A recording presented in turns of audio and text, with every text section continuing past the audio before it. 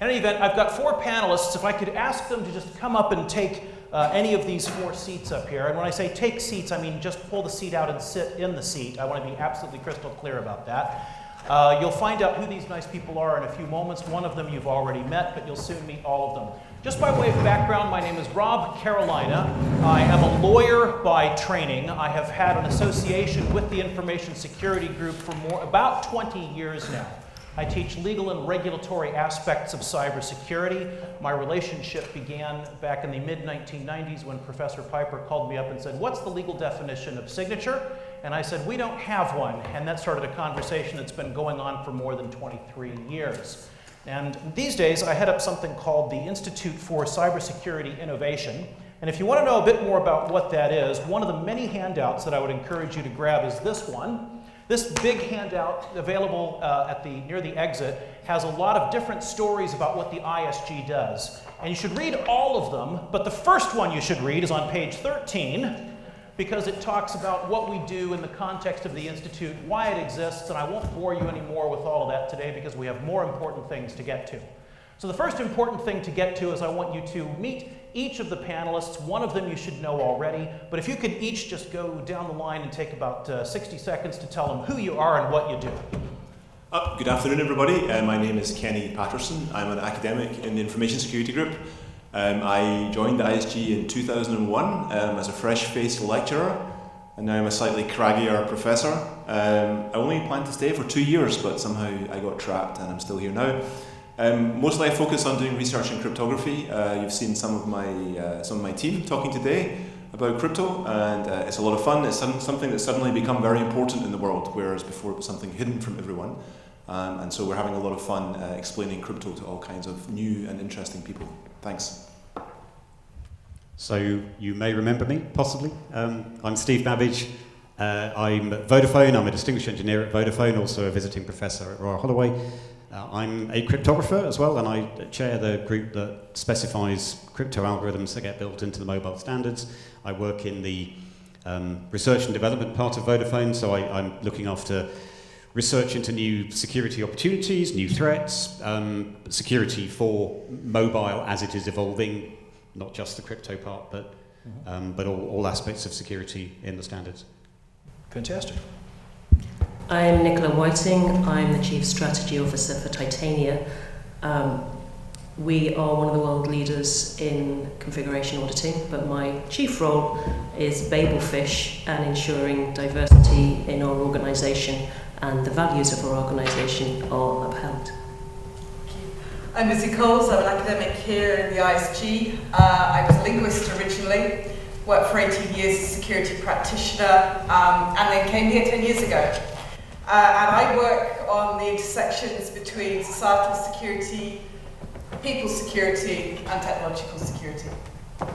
Okay, fantastic. So we have quite a broad range of skills and experience at the table in front of us, and in a minute I'm going to give you a chance to ask some questions. So what I want you to do right now is start formulating a question. Now, obviously there are no prizes for coming up with the best question, but if you want to win, you'd better come up with a good question. Wait a minute. Right, in any event, my question, which will not win any prize for a good question, I'm going to start with this. And I'm going to leave it open to any one of you to answer individually, but just so you know, I'm not going to ask all of you to answer the same question. Biggest open question, what's the biggest challenge, in your opinion, in cybersecurity today? Whoever gets to it first. Yes? Okay, I think a lot of it is around languaging. So if you look at the life insurance industry, they don't sell death insurance. They don't go, here's a guy and he's in a coffin already, and if you don't change, you're going to be there next to him.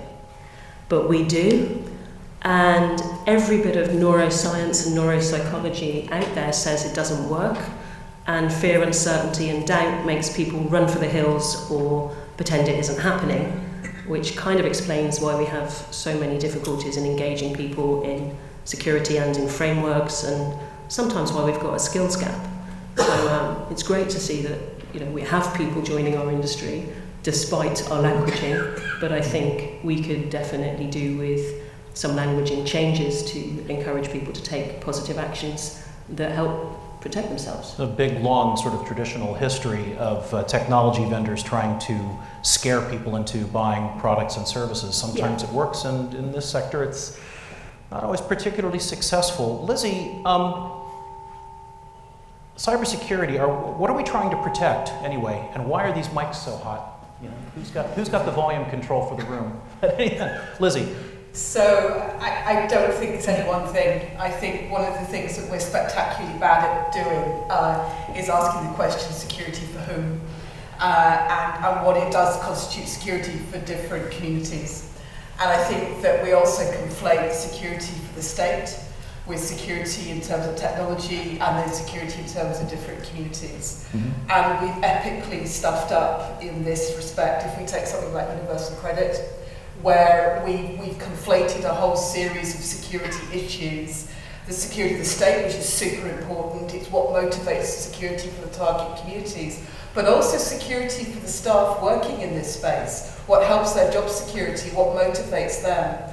And I think we have to untangle this and find a much more nuanced set of tools to think through these complex issues and also to understand how they interrelate.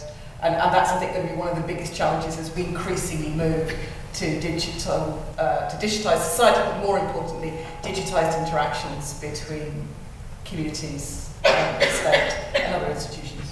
Lizzie, a follow-up for that. Do you think that we've made a strategic error by not just encouraging but forcing citizens to engage with government online? I don't think it's either or, and that's the direction of travel. There are all sorts of reasons why we're going that way, but I think that one of the things that by making this idea of the universal use of the universal service in order to try and flatten everything, in order to try and standardise everything, what we haven't been able to factor in is how people respond to that.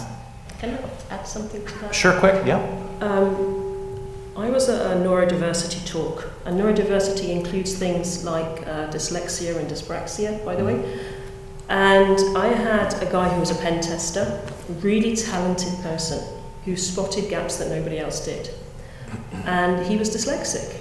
And what he said was his company had put in a way of claiming expenses that was only available online, which meant that he wasn't claiming expenses and he was financially disadvantaged because his company didn't set up something that allowed him to interact. Now, if you look at that on a massive UK scale, we are actually putting in things in place where people have no other choice but to disengage and then penalising them when they do so. Nicola, I'm going to come back to you to follow up on that in a few minutes, but first I want to ask Kenny, why are you so afraid of quantum computers? What's wrong with quantum computers? What's to be afraid of? I don't want to answer that question right away, but I will get to it. So your original question was, what's the biggest problem in cybersecurity? Ooh, you want that too? Go for it. And I think it's whether P equals NP or no. Whether's what? That was a joke for the the audience. Okay, more seriously. I was recently given for Christmas one of those internet-connected speakers that talks over Bluetooth to your phone and plays music beautifully. And I plugged it into my network, and amazingly it worked. And I was able to, play tunes from Spotify and listen to music very, very loudly that I hadn't listened to for a long time. And then one day I was driving home in my car, and I brought up Spotify. I was parked at the traffic lights, I hasten to add. And I hit play. And later when I got home, my family told me, oh, the speaker started playing in our house. And I have no idea how that happened. I then went to investigate it and figure out what was going on, but I thought I had this thing called a firewall. How naive I was. And so the point I'm making here is that actually these systems have become incredibly interconnected to the point where professionals in the field have a hard time really understanding what's going on, where are the packets going, and even if you could figure out where they're going, can you stop them going where they shouldn't go?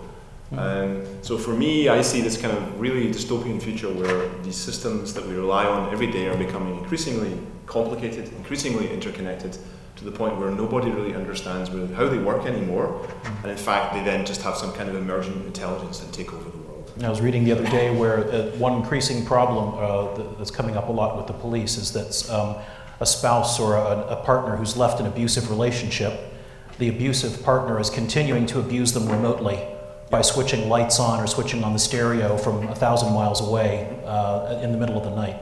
and that's a problem that people are only waking up to right now. I'm not done with you, Kenny, but Steve, what about you? What keeps you awake at night over there in one of the world's largest telecommunications companies? That's a fairly free-form question, isn't it? I'm a fairly free-form guy, Steve. Okay. All right. I will talk then about something that came up in one of the rooms around the corner earlier on today, which is the tension between the cyber wars, the tension between, as we had before, the security for who? Security for the state or security for the individual, but actually they're the same thing. They're all security for people, and they're all intended to, or at least in most cases they are. Let's say in this country they are. But are they solved, are intended to be the same by thing. the same people necessarily? No, absolutely not. And okay. they're solved by people who are at loggerheads because they barely recognise each other's view. They all. Yes. They just say, I'm right because this, and they won't even listen to the other side of the argument, which is why you get tone-deaf statements coming out of government, including in this country, but also equally tone-deaf statements coming out of privacy advocates as well, who just say any attempt to do anything that looks like interference or even listening, no matter how well motivated you are, is bound to be wrong. It's the blind arguing with the blind, and no disrespect to the blind. But let me follow up on that. And by the way, none of these people, with one small exception, really knew what questions I was going to ask, so they're just having to come up with these answers. I'm going to ask a leading question, Steve, which means I'm trying to get an answer out of you, and I think you'll know it, but how's this for a softball underarm pitch? So, has the UK government done anything in the last few years to help their security engagement with the private sector? Steve? To help their security engagement with the private sector? To help the people who do cybersecurity for the government come out from behind their super secure walls and engage with industry more freely. Have they done anything big on that front in the last couple of years? Well, they've certainly tried in terms of, yes, both funding and industry engagement. I mean, whether it's yet yielded anything... Have they set up any new organization in order to make that happen? Why don't you with 4 letters that starts with N? I feel you're trying to get somewhere, so why don't you... You want to give a message to the world and give a message I don't to know. the world. Well, how do you... All right, then I'll ask you a directed question. How do you feel about the NCSC, the National Cybersecurity Center? What impact do you think they're having, the creation of the NCSC? I think NCSC is a good thing. I think it's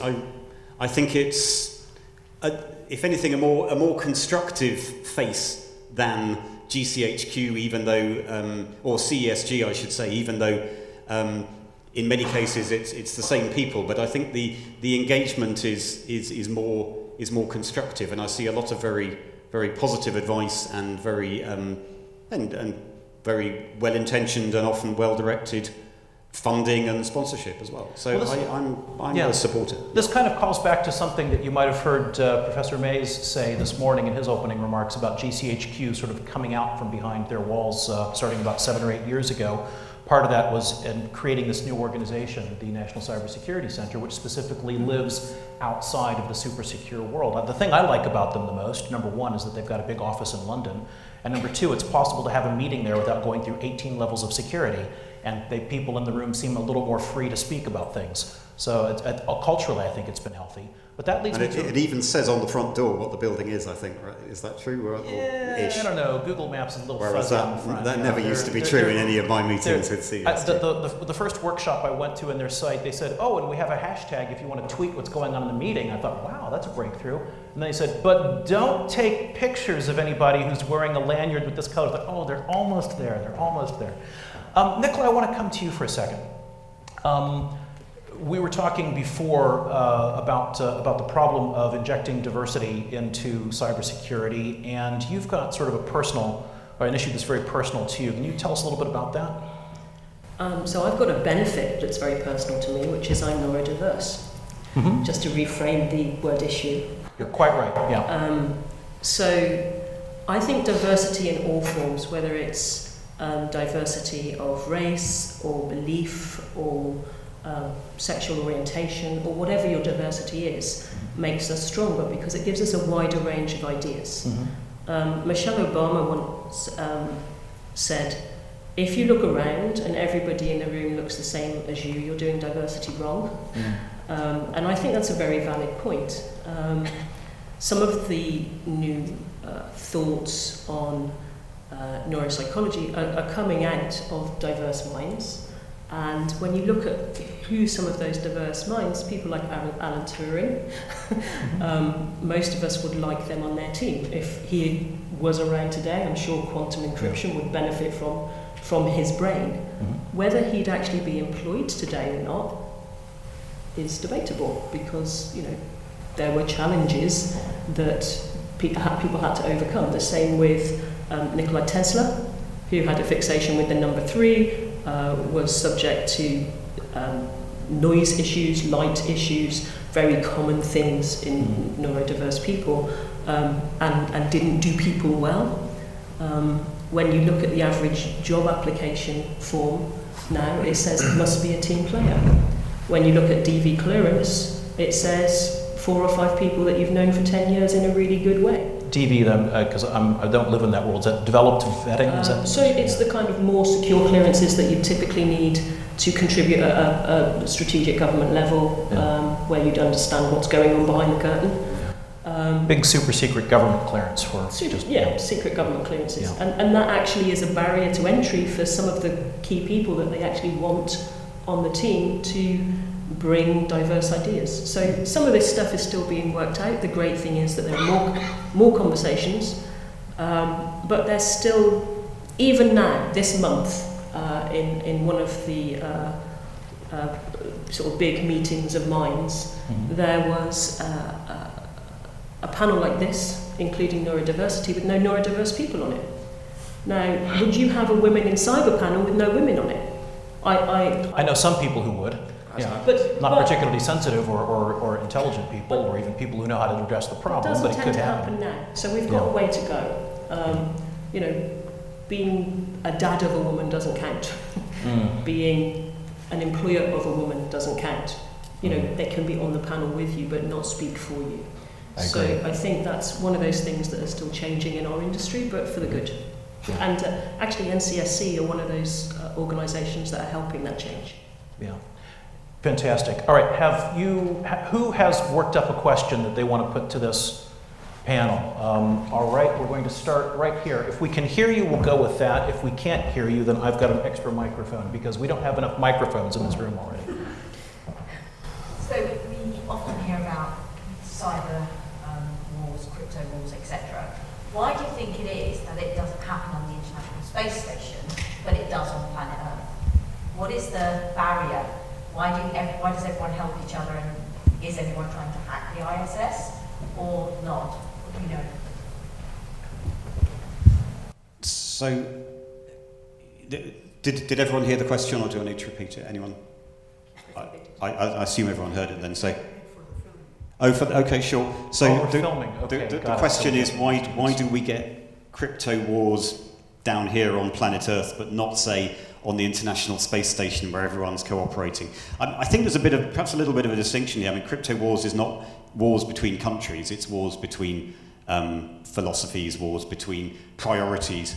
The International Space Station is international cooperation. You'll get international cooperation on one side, or both sides actually, of the crypto wars. You get collectives, international collectives of privacy advocates, I've probably defined IETF there, working to deny access to governments all over the world. You get governments working in their slightly stilted way perhaps to cooperate for national security and what they would consider public safety, and in most cases the general good. Of course, there's other governments who are, whose idea of the good of the state is not necessarily the same as the good of the people, but most governments would consider the two to be pretty much the same thing.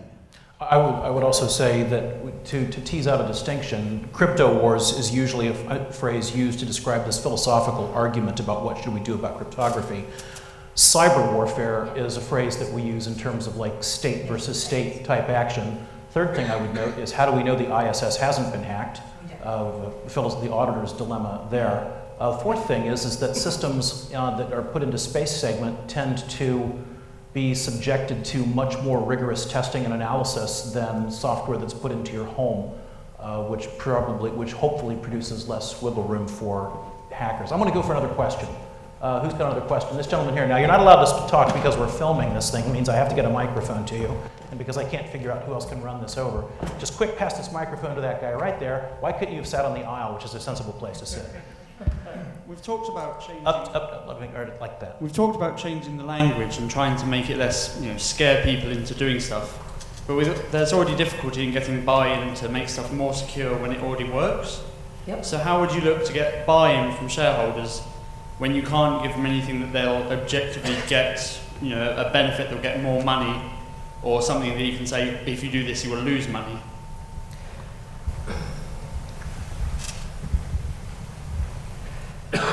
So,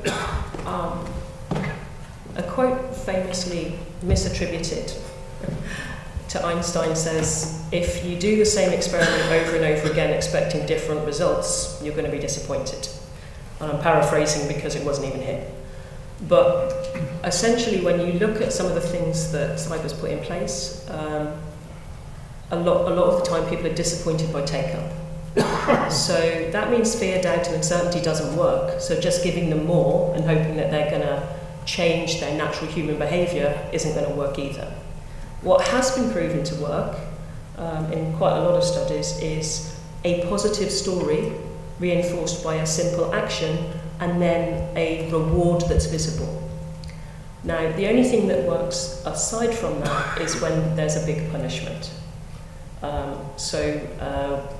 I think it's the Graham Beachley reactor, or whatever it is, where suddenly they were putting directors into prison when they were doing dodgy stuff with finance. That stuff hasn't quite worked its way through to cyber. So earlier on, I think maybe yesterday, I was talking about some of the securing IoT devices, and actually the fines are less than the financial benefit of not fixing stuff.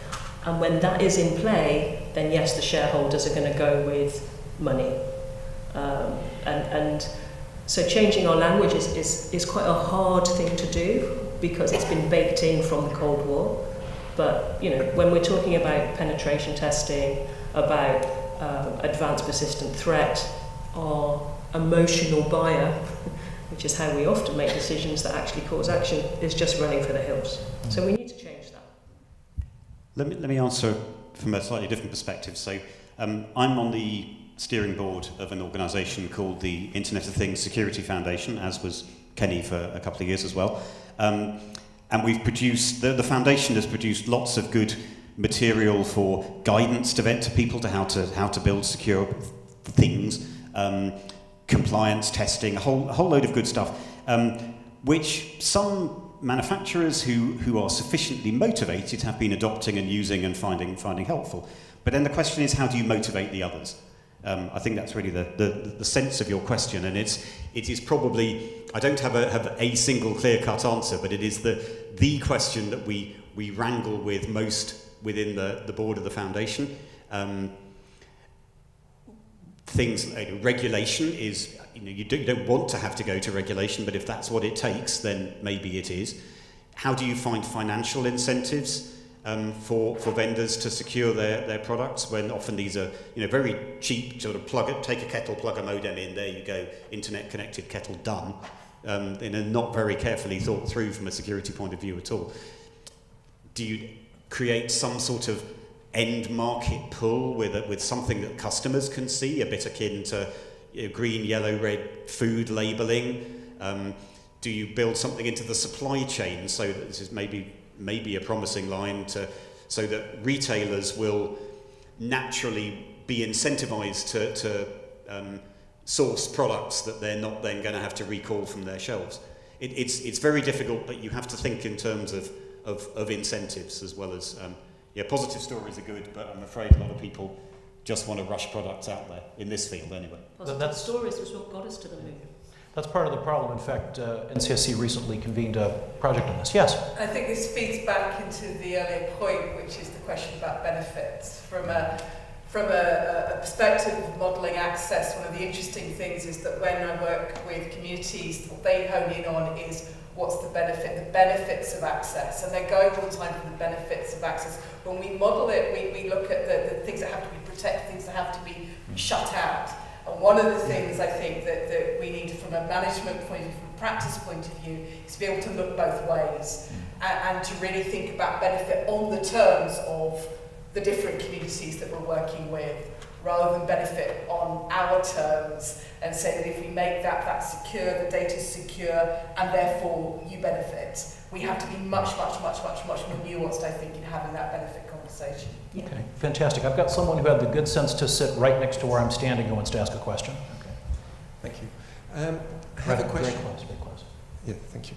I have a question regarding the cybersecurity in different economical contexts. So if we compare the developed countries and emerging markets, is the work that we are doing perhaps biased in terms of or is it including the different ways the technology is being used across the different cultures and environments? I think this is, if I may, this is an excellent point to start the conversation. I don't think we actually have to go overseas. One of the big points that I would see working across different types of economic models, from the sharing economy through to different types of economic realization, is that one of the things that we don't look at so closely, or teach anyway, is how the security model ties with the economic model and how they actually work around each other. Economics and security is something that we work with, but in this really diverse way, and how the different cultural aspects come in. I think this is something where broader interdisciplinary work would really further help our work in this space. Okay, I got a question here from Keith Mays. Thank you. I think most people in the room would sort of appreciate that big security problems are not just solved by technology. So we've got people in the mix, and that's very important. However, the keynote this morning seemed to suggest that we were all just squidgy processors, sort of running some program that we couldn't influence, and we're just being kind of driven to our doom. So I'm hoping the panel can sort of cheer me up a bit and suggest that us squidgy processors can actually make the world a more secure place, and it's not just technology. Thank you. Anyone want to take the squidgy processor comment? Oh, I actually missed the keynote this morning, but it sounds like I missed a great talk. But there's an alternative point of view that says that brains are fundamentally quantum mechanical, and therefore they're subject to the usual principles of uncertainty that arise in quantum mechanics, and therefore actually we have free will. So we're not just bound by some kind of deterministic process happening inside our brain. But now we're verging into the realms of philosophy, which it is that time of day. So I'm quite positive in that regard, and people have even written entire books about this. Esteemed professors from other universities have posited that fundamentally quantum mechanics is what gives us free will. So there's hope, and I think there might be something ineffable and very difficult to capture in the human brain that actually we won't be able just to run algorithms that do that for us. I think there's a lot of interest and hype around AI at the moment. And I think there's more hype than reality, which is, you can draw the classic Gartner hype curve for artificial intelligence, and we're somewhere near the peak of inflated expectations right now. Let me ask a panel a follow-up question, since you raised artificial intelligence. How would you feel about stepping into a completely autonomous vehicle? Not today, thank you very much. Why not? We're just not there. Not there in what sense? What's missing? Come on, you're one of the world's leading cryptographers. What's missing? I heard a very good talk a few days ago. It was ranging over a whole load of sort of futuristic but here today things.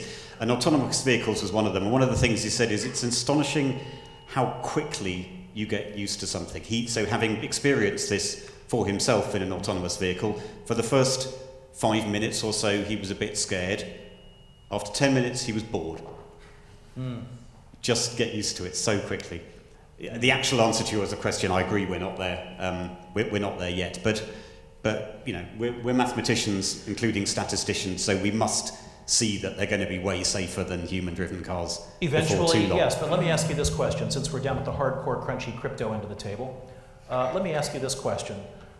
If you look at the state of sort of typically widely distributed public key infrastructures, if you look at things like the certificate issuance process that underpins secure communications on the internet, and of course those systems only are required to keep safe our credit card numbers or our personal details, do you think that we are currently capable of building a sufficiently large, sufficiently fast public key infrastructure that will enable the trusted sharing of information between different manufactured automobiles on the road in real time? Can you envision that happening in the near future? That's not actually, well, that's part of the model, but that vehicles, talking to vehicles, will sign the messages they send out, not encrypt, because you don't really know which vehicles are going to be nearby to receive, but yes, sign. But the decision-making algorithms in vehicles have to be multi-input algorithms, taking lots of information from sensors, not from other vehicles, not making decisions purely on the basis of any one input, and that would include any one input from another vehicle. So the idea that one lying vehicle, and remember, it can be it doesn't have to be a false vehicle that someone's created. It can be a genuine vehicle, sure, providing false information. The idea that the algorithms would be such that a couple of bits of false information would cause the whole thing to go haywire. It means the algorithm is designed wrong in the first place, and that's nothing to do with whether the PKI is right. It's about how you need to treat multiple sources of information and make balanced judgments. Intriguing. I'll tell you what, we got a question from somebody who had the good sense to not make me walk upstairs. I'm interested in the use of language here in terms of our achievable end state. It sounds like we're talking about something that's absolute, so we're not there yet. Okay, well, we're there next Tuesday. Next Wednesday we might not be. We're talking about why have we not fixed it yet? Because we can fix it Monday and it's not fixed Tuesday. It's not a fence we are building that's class 2 and will always be class 2 and repel a certain attacker. It's not a secure door. It's not a secure building. It is an amorphous, movable object, which is why we can't absolutely fix it. So I'm really interested in it. I'm in the military, so I'm pretty black and white. There's 50 shades of grey apparently, but I don't operate in that space. I work in black and white. And the achievable absolute end state that we seem to be discussing here, I find fascinating, because that's not the world I live in, and I don't think it's achievable. Panel? So in the context of autonomous vehicles, which maybe was not quite the context you had in mind more broadly, but I think it's an interesting example. I think it's clear that we won't achieve perfect security or safety in those vehicles, but we will make a massive, massive difference to things like accident rates. Like there's talk about saving 30,000 lives a year across Europe. However, society is constructed in such a way today that if any one of those lives is lost because of the car, rather than a human decision, that will set us back maybe several years, even 5 years. And I think this goes back to Steve's point about how quickly people, was it you or a colleague, that accept the technology very, very quickly and get bored by it. But it can get pretty exciting again, and then you have the popular press, you have misunderstanding of technology, and we can take 2 steps forward, but very, very quickly end up taking 3 steps back again. Okay. Yeah, I think that's a real challenge for us as a society, not just as technologists. And in the keynote this morning, Colin's keynote this morning, one of the slides that was whizzing past our heads was the famous man with a red flag, or person with a red flag walking in front of a very slow-moving initial vehicle. So back then, people were terrified of any kind of motor vehicle at all. But you get used to these things. And yet, if you look at those motor vehicles from that time, I wouldn't want to ride in one today or be standing anywhere near it. We got a question here from somebody who was smart enough to sit in the front row. Okay, just narrowly some comments on the autonomous vehicles thing. There's 2 major problems that are still unsolved. One is that GPS is not built with security in mind. All of you think your phones will think you're here at the Royal Holloway. I could have something in my pocket that could change that, and you'll be in the Bermuda Circle or Triangle in a minute. Second is vision detection algorithms that empower these cars to decide that's a time I want to turn left and that's a pedestrian or a vehicle, do incredibly well under nice training data and people solving captures for Google saying that's a road sign, that's a car.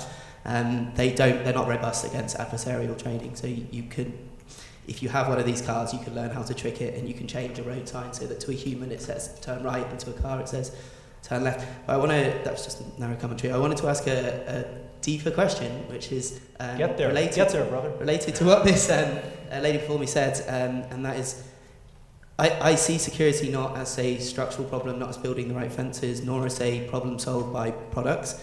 I mean, best of luck to you if you make a product. You might think that if everyone uses it correctly, things will be better, but I see it as an ecological problem. And we're going through a massive ecological change, which is the result of a change of connectivity. Our landscape is now not geographically local, it's local to anywhere you're connected to. And if you have 20 devices in your house or in your car, then you're connected to umpteen places around the world. So how can, and to anyone on the panel that wants to answer, how can we build a better ecosystem through changing the literacy and changing the way we interact as human beings, squishy processors with the system so that we have a basic level of literacy to do the right things and use the products correctly? I'm going to make Lizzie answer this question. I'm going to jump in before Lizzie, so she can catch her breath. It sounds like a great topic for a PhD thesis. Was that your pitch? Excellent. Lizzie? Lizzie, sorry. No, it's fine. So, one of the big, there are many big conversations packed into that sort of statement, as you know. And I think one of the interesting questions, I'm gonna come at it slightly from the side, is one of the big questions is how do we rework education systems to enable us to engage with that? I don't just mean tertiary education, all the way through schooling. So if I talk to heads, one of the things that's really driving this is how do we develop an education system that can actually respond to or create environments in which people can have those conversations. Now, at this point, I normally get pinged by technical colleagues for having conversations because we need to do solving, and I think solving and crunchy solutions are also part of the mix. But one of the key things I think we have to do is learn how to have these conversations, ask some pretty fundamental questions that for hundreds of years we've assumed is just how society works. Because in what you've talked about, everything's thrown up in the air. If we come back to security, we look fundamentally at how security sort of on a very broad level works, that for a long time the basis of governance is that a powerful institution affords you some level of security in return for you playing nicely with that institution. You can see the government, you can see larger corporates in that space. Once you change the dynamics, this is one of the big problems that we're working with, and I think you raised earlier, Nicola, is that once we take that security relationship off the table, we start to challenge people to take some responsibility for or take further responsibility for their security. We stop affording security to groups. And this is a lot of where our technology is taking us, and we become our own islands. At that point, all bets are off. All sorts of structures, social structures, political structures, economic structures that we were relying on are no longer on the table. So there's so many conversations you're having simultaneously, which is why I think the interdisciplinary programs, the sorts of conversations that we have here in the CDT, why so much of that are just small parts of this much bigger picture. I think one of our challenges is how to coordinate that, how to strategically think about that nationally and internationally, and how to start to create those sorts of spaces in which we can start to rethink pretty much everything that we socially, structurally, economically, politically believe to be the way it works. Which is, I think, what you're asking, and I think that really is where that's one of the things that we're grappling with. Nicola, did you want to add to that? Kind of amalgamating three things. One, when you talk about layered security, people often take a side between product and people, and actually they're both layers.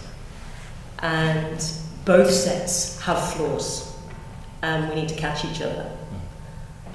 Secondly, we already have autonomous vehicles, they're called commercial aeroplanes, but nobody wants to get in one without a pilot in it. And so there are other issues that we may have to deal with in terms of cars, But actually, typically, pilot error, as in the human error, is the things that make people crash into the floor. And often when they were trying to overcome the things that were put in place technically. And that's something that we deal with in cyber.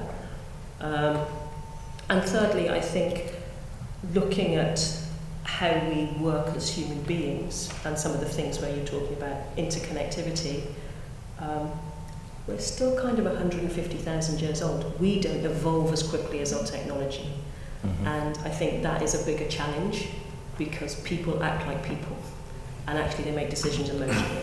We've had 2 centuries to figure out how to make steam engines safe. We've only had a few decades to figure out what to do with the net. Got a quick question here. By the way, we're in the rapid fire round, so straight to the question. Oh dear. Lizzie's heard me talk about this, and it's very linked to what's just been discussed as part of the previous question. The issue that I have is that a lot of the base technology comes out of the military, the banking sector, etc.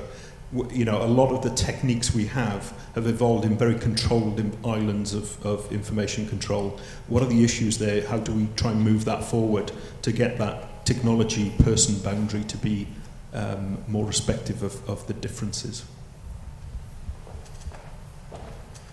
Respective of the differences. I think we have to. So I think one of the things that we need to bring back, and actually expect, is the fact that we need to give space for those conversations. We actually need to give space to exploration in a way. I think we so often in security reduce security to functionality, to requirements, and we have to actually look at a much bigger landscape. We have to look at these interconnections. And I think also come back to understanding the social and political assumptions that we're making about why technologies will perform and behave and why we'll respond to them in certain ways, and actually start to find new ways of thinking about that and also anticipating how that might change. That would be one way that I would do it. Okay, we're coming up to the end of the time that we have allotted to this, so what I'm going to do is ask each member of the panel to think of just a quick closing statement, observation, provocation, whatever it happens to be. And so while you're thinking about that, happy days. Obviously, you've got quite a differing group of people, differing group of skills. In the 25 years I've been working in the space, it's been interesting to me to see how expansive the problem of information and cybersecurity have become.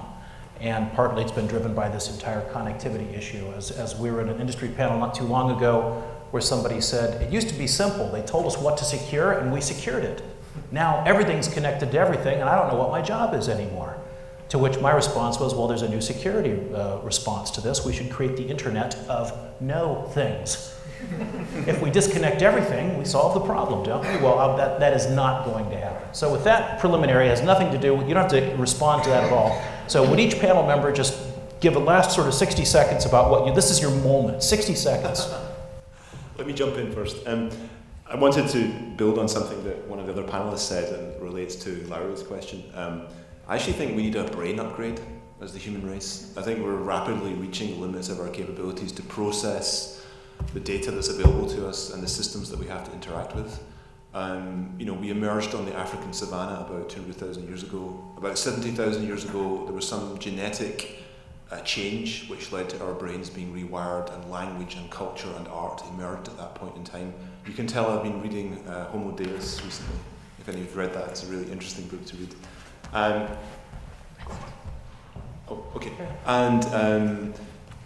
Our brain is adapted for outrunning lions, working in small bands to go hunting. 10 people, 20 people. Humans can cope with about maybe 50 to 100 close personal relationships. That's why military units are the size that they are, and beyond that we cannot go with our current software or wetware. So I'm looking forward to a future where we all get brain upgrades. I'm not going to tell you how that's going to happen, but it needs to happen. Okay, I'm going to say something very simple. People have been scared of the new for hundreds of years, and for hundreds of years life has been getting better. So you can be optimistic. I think one of the biggest contributions as a community that we can make is design education systems, encourage spaces in which people stop reifying technology and start to think about the ways in which we want technology to work for us. I think to move this to a much more of an empowering space rather than being done to space would help enormously. Okay, fantastic. And Nicola, you're just on time. Wow. So I think here's the thing. Security isn't a thing. And realistically, some of the people in the room may be the creators of the vision that actually makes us finally join together and not work in silos of expertise. Because everybody's interested in their thing, which is a very human thing to be. But the reality is, some of the greatest innovations in humanity have actually been behind one vision. Whether that's flying, where some boys in a bike shop achieved more than some guy from the Smithsonian with unlimited funds, or whether it's reaching the moon, where industry and academia and government were joined together like no other time. What we haven't got yet is a leader or leaders that give us that challenge. What we've got is a lot of advice givers, some of them really excellent, some of them governmental, and it's really practical advice in many cases, but what we haven't got is a vision that is going to propel 4.0 to match some of our challenges. And that's what I'm kind of looking at places like Royal Holloway that are so amazing to have those kind of visions come out of it that is going to really transform what we do. That's very intriguing. And as somebody who grew up in Dayton, Ohio, thank you very much for telling the Wright brothers story and how they beat that other guy to the punch. Because you know what? It wasn't until 1945 that the Smithsonian acknowledged that the Wright brothers got there first, because it was their guy who pretended that he did, even though his plane went right in the Potomac River. Absolutely. Fantastic. Well, from my perspective, since it's my panel, I get to have the last word. And that last word will be this, and that is, in the 25 years that I've been working in this space, I came into it, as so many people in cybersecurity, I came into it almost accidentally. As I mentioned earlier, I trained as a lawyer, but I've always worked in the information and communication technologies. I got to know the folks here at ISG. And in all of this time, this has been a tremendously interesting and wonderful group to work with and to explore ideas with and to try to help industry and to help government. And so if you're looking for people to associate with, if you're interested in a student position or something like that, I think that this is a fantastic group to see. If you're trying to make a career choice, I would give you the bad news, which is that we've been working on cybersecurity for a while, and I don't think it's going to go away as a problem anytime in my lifetime or in any of the lifetimes I see in this room. Now, having said that, like Steve, I'm relatively optimistic. I think things will get better, but I think that, as was pointed out to us before, it's not like building one thing and it stands forever. We have to rebuild security on a continuing basis. That's a nice way of saying this is a great career opportunity, because it's just never going to go away. And that, I think, will be the last word, so please join me in thanking our panel.